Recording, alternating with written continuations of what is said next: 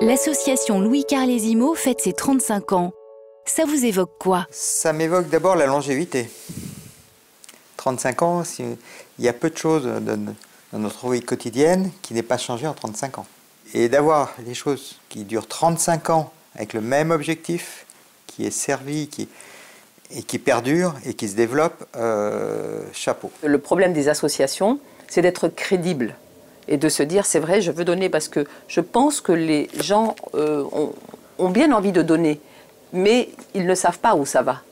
Et je pense qu'aujourd'hui, ce qui est important, c'est de voir le concret.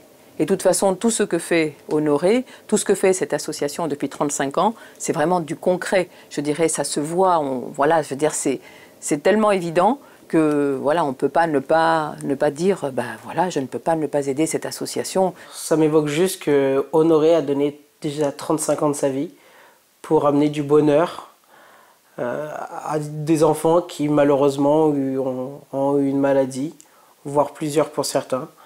Donc la seule chose que je pourrais dire, c'est un grand merci à Honoré Carlesimo, qui est un grand homme, mais également à tous ces bénévoles qui répondent à ses demandes à lui, de nous aider, nous, enfants malades. Encore une preuve qu'Honoré est quelqu'un de vraiment super, parce que pour avoir réussi à mener une association pendant 35 ans, c'est beaucoup de boulot, beaucoup de convictions. Cette vie associative est jalonnée de souvenirs qui font que c'est une partie de ma vie maintenant, puisque voilà, plus de 30 ans d'association, ça marque. Je me dis 35 ans à faire ça, mais comment il a pu faire pour tenir autant de temps? Parce que moi, je vais attaquer ma 4e année boucle du cœur et je suis crevée à mourir. Et moi, je le fais que sur une courte durée de l'année. Alors je me dis bravo, je dis bravo Honoré. Impressionnant.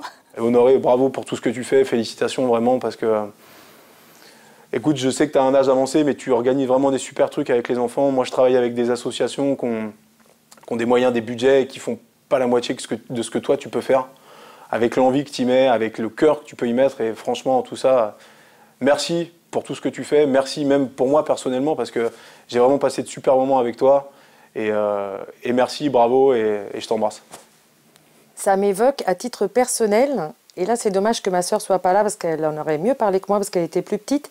Ça évoque entre guillemets les compromis que nous en tant qu'enfants on a fait pour que papa il soit disponible auprès des autres enfants qui avaient autant besoin de lui, si ce n'est plus que nous, au moment où ils étaient malades. Et je pense particulièrement à Noël, où depuis 35 ans papa va réveiller les enfants à l'hôpital.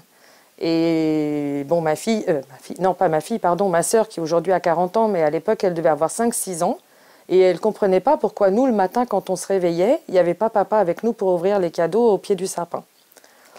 Bon là, j'ai un peu d'émotion qui monte. Et papa est rentré de l'hôpital, comme d'habitude, avant le repas familial du 25, parce qu'on faisait toujours Noël en famille avec mes grands-parents. Et son frère Louis, qui est donc décédé... et c'est pour ça que l'association porte ce nom-là. Et Karine lui a dit, mais papa, est-ce que nous, on doit être malade pour que tu sois avec nous aussi à Noël? Et sur le coup, nous, on était enfants, on n'a pas compris l'impact. Mais je sais que lui, ça lui avait fait... il avait eu énormément d'émotions quand Karine lui a dit ça. Et moi, j'étais à côté d'elle. Et maintenant, avec le recul, quand on repense à ça, on s'est dit, on est bête d'avoir dit ça. Mais nous, en fait, on était des enfants. Et on voyait juste que papa n'était pas là pour ouvrir les cadeaux. Et maintenant, on est super fiers que papa n'ait pas été là pour ouvrir les cadeaux avec nous, parce qu'il a été donné des cadeaux à des enfants qui étaient malades et qui étaient à l'hôpital.